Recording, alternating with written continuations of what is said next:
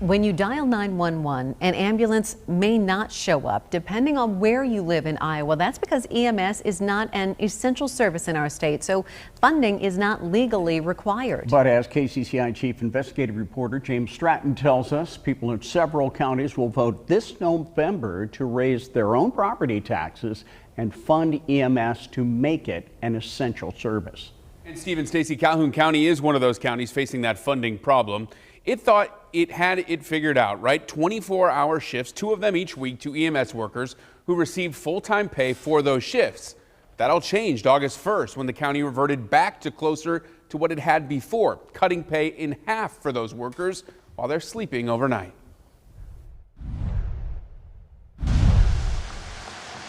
It's really a close-knit family. Dallas Huddleston is leaving his Calhoun County EMS family.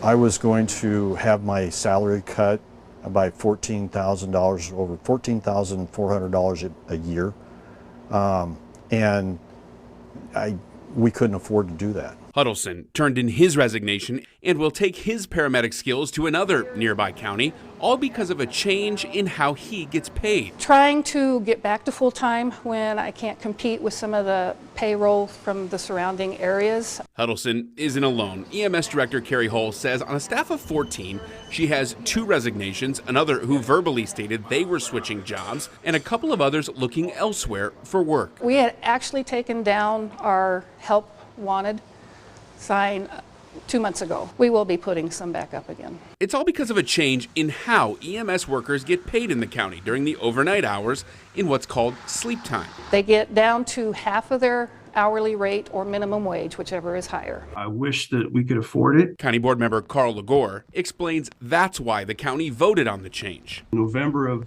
2021, we were $200,000 over budget on EMS.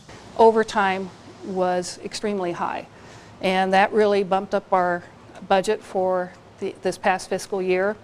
They did not want that to happen again. They were trying to find ways to decrease that amount. Fully staffed, Calhoun County has 2 ambulances ready to respond at any time. Now it is forced down to just 1 about once or twice a week. If I start losing more people, it's going to be almost impossible to have 2 full ambulances. I also applaud Carrie for her dedication to her people. And we've put her in a hard place, and we're in a hard place too, because we have to delicately balance the budget with the well-being of the county. That could get a little easier to balance if voters in November approve a tax referendum on the ballot, something both Hull and Legore support. A positive vote is for your own safety, and it's important. It should be an essential service, and I'm confident that after the election, it will be essential service in Calhoun County.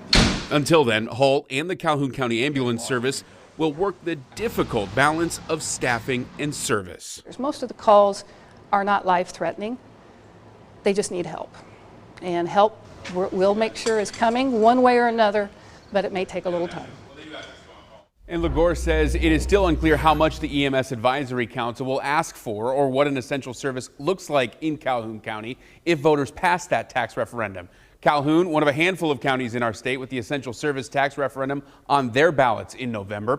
Huddleston, the EMT paramedic you saw resigning, is going to Wright County. EMS is essential there, but he says that did not factor in his decision to resign. Steve?